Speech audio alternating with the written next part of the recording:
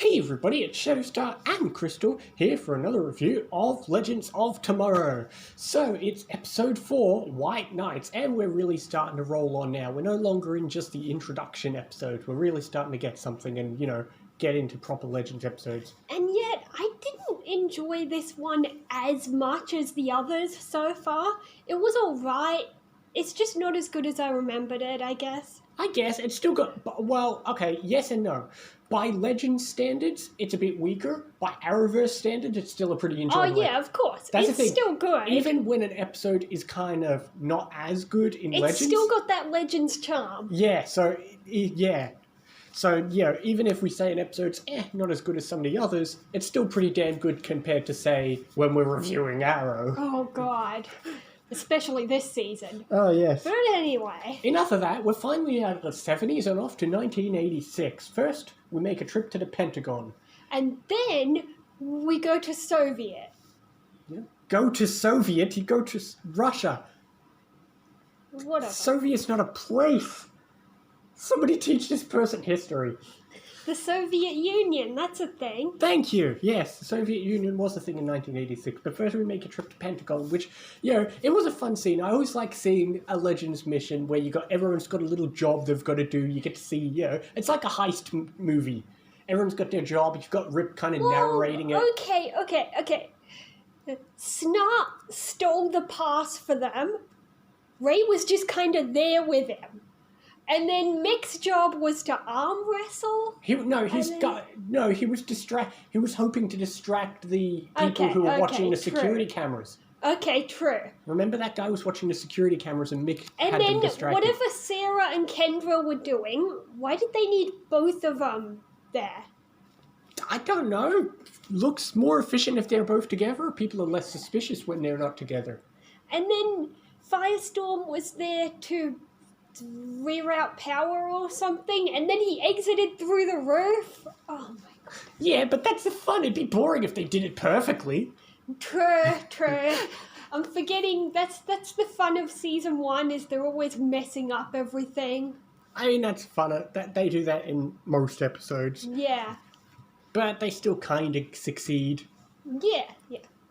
Speaking of Kendra, we do have a little side plot with Kendra and Sarah, since for the most part they're off to the side for the rest of the episode, doing their own little practicing to control their bloodlust and their hawk side and... Yeah. Kendra wants to control the animal within her, whereas Sarah wants to control the monster and put it away and whatever. Like I say, oftentimes with Legends, there's always a couple of characters who tend to sit out more than the rest, and this episode, Sarah and Kendra sat out a bit. Yeah.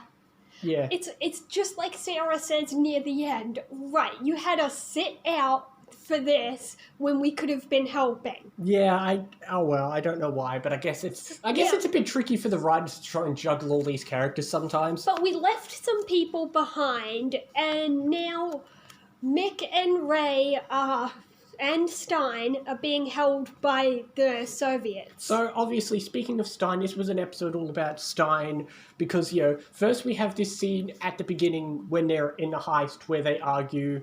Then they get more of an argument because we have a side plot which basically goes nowhere. It's 2 scenes. First, Rip finds one of the Time Masters. Then he comes back and they fight them, and that's about it. It's still, will you stop? No, I won't stop. Okay, we fight. Okay, yeah, I know. It's you. like a repeat of that conversation near the start where it's like, okay, he lied to us, but we still want to go on with the mission. Yeah, 4 we episodes get that choice again. 4 episodes in and Rip's still asking, do you want to do this? We get it. They're in it. Yeah, and then I just, okay, on the one hand, there's this argument between Jax and Stein. On the one hand, it is kind of memorable. I always remember that line, this is a dictatorship where you call all the shots, I take all the shots. Also, I didn't like the argument, but I like the bit after Jax leaves when he's talking with Ray. Yeah, but on the other hand, while watching it, I was just thinking, why is Jax having this conversation while he's standing there bleeding out of his chest? True, and Jax was the one who said screw playing it safe, so... Yeah, so it's kind of his fault, but Stein's not entirely in the right it wasn't either. that Jax wasn't saying it was anyone else's fault. He just didn't like Stein rubbing it in, I guess, you know? Yeah, he doesn't Yeah. like being told what to do, but I don't know, he needs to Yeah, learn so of that. course, the rest of the episode is all about Stein trying to prove he can do things on his own. Yeah.